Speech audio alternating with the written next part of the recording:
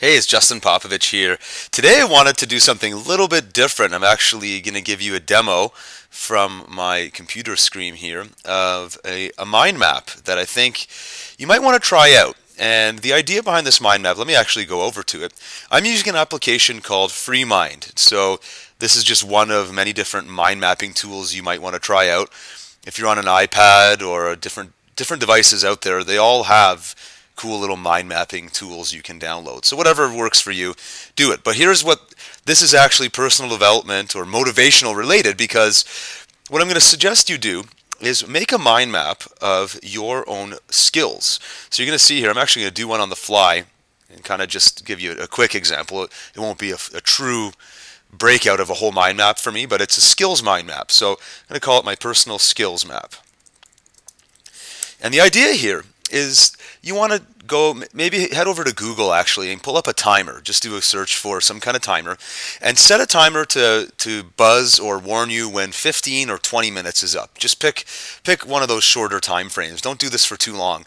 And then hit start, and then for the next 15 to 20 minutes, do nothing but concentrate on all of your personal skills, things that you're good at, skills that you've accumulated over time, or natural talents that you were born with, or some kind of combination. And that's going to be the first node of your mind map. And then for each skill that you brainstorm, that occurs to you, I want you to then think about all of the benefits and advantages that this skill gives you. And the idea behind doing this exercise is that you're going to spend 15 to 20 minutes of focused concentration, kind of acknowledging yourself and rewarding yourself, feeling good about all these things, all these talents that you have. Because what I find is that an exercise like this can help you overcompensate if you've fallen into a rut, or if you're in a mode of lower confidence, or if you've been questioning yourself, or maybe you've tried a few projects and they didn't work out, and you've been kind of brought back down to earth a little bit. You're not feeling quite so confident. Doing a little brainstorm of your own skills can kind of bring you back into real perspective and remind you that, hey, you've got a lot you're working with here, and you do have a lot to offer. So for example, I'll start in the middle of my mind map here, and every time, at least in the FreeMind app, when you hit the tab key, it opens up a new node. And here's where you can pick a skill. So for me, one of my skills is speaking and or teaching. I do this a lot in my business, but I even do it here on the blog. But it's something that I've worked on for many years, and it's also something that sort of came naturally to me, more so than maybe some other people, just as other things don't come naturally to me that do to others. For example, doing any kind of work around the house. I'm horrible at that, but I know people that are much, much better than me at that. So speaking and teaching is one of mine. Another skill for me is interpersonal. I find if when I meet new people, it's very easy for me to hit it off with them. I can kind of adapt to the dynamic of each person's style and personality, and I can usually leave a conversation with a new friend or a new acquaintance fairly positively and walk away feeling pretty good about it. So interpersonal is good for me. Another one would be I have a lot of motivation and drive. It's not necessarily all natural. I create a lot of it myself, so it's something I've learned how to do, but I definitely consider that a skill. And with this mind mapping tool, you can kind of see I'm just doing this dynamically. You can start moving these things around so you have room for it. Another one of my skills, and you can make fun of me if you want, but I consider myself to be humorous.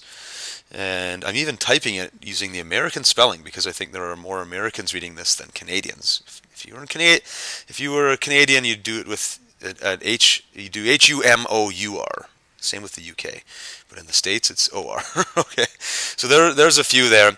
I'm not going to do my full map, because again, I would want to do this for 15 to 20 minutes of focused concentration. But then what you want to do is start brainstorming all of the different advantages and benefits that you get from this skill. So speaking and teaching, well, what's an advantage I get from that? Well, one is I can make good money doing that, and I do that in my business. I can create either live events or courses or ebooks or different products, and I sell them, digital versions of them, and can make money very, very quickly because I've developed my skills as a speaker slash teacher. Another benefit of speaking and teaching is that it allows me to lead. So it gives me some leadership abilities. So I'll just put leadership.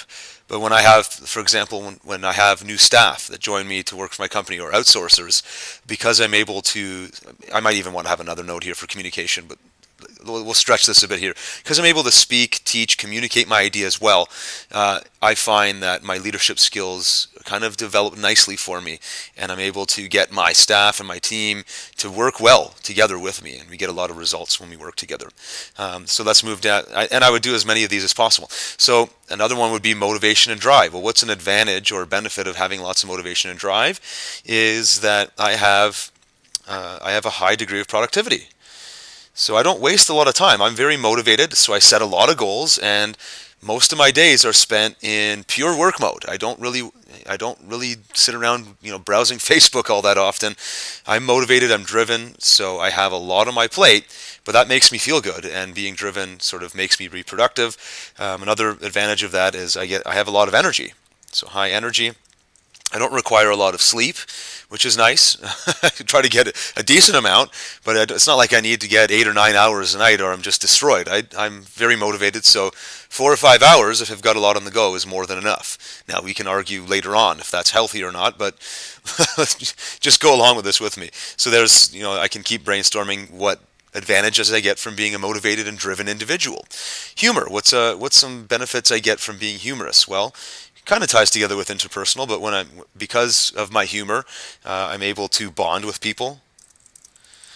I'm able to diffuse potentially negative situations. So that's actually one of my strategies. If I have an angry customer, or if I'm dealing with a family member or somebody that's upset, I'll try to lighten the mood a little bit, maybe throw in a little bit of humor, bring things back into perspective, because often an argument or something, when you're not seeing eye to eye with somebody, it gets blown way out of proportion emotionally. And if you can kind of at least tack on a little bit of humor, tastefully, of course, you can really diffuse a situation. So you get where I'm going here. I'm not trying to teach you all these things. What I'm trying to show you is that your first level, the first set of nodes, are all of your personal skills, and then the next set out are all of the advantages or benefits that you gain by having these. Now you can imagine if I did this without breaking for 15 to 20 minutes, it might need to be a little bit longer. Actually, I'll kind of reset my tracks here. If you're learning the mind mapping software and it's taking you a while to learn it, you might want to give yourself a bit of extra time for that learning curve. But you get my point here. If I spend nothing but 15 to 20 minutes of pure focus on all of this stuff, I come out of sessions like this, and I do this quite frequently, not just this exercise, but lots of different exercises where I think and dwell upon and focus on things that I'm good at to raise my spirits. And I like to do this especially after I've had a little bit of a failure or a setback or something didn't go quite to plan, and I'm kind of questioning my own abilities. I do something like this to get myself back on track, and it reminds me, A, of all the skills I have, B, the potential I have to create better results and to try again, to keep going, even though this most recent thing maybe didn't pan out the way I expected it. And hey, I get to look right in front of me and see all of these great things that I have to work with, my skill set, my tools. So try this for yourself. It can be a very motivating and invigorating exercise, and it's also something you might want to try with your family. Do it with your kids or your spouse, or do it with your teammates at work, or outside of work if you're in a sports team or something like that. Brainstorming like this on each other's skills can also be very powerful. So hope you enjoyed this little bit of a mix-up here today, a little bit of a training style post, but hope it helps you. Give it a shot.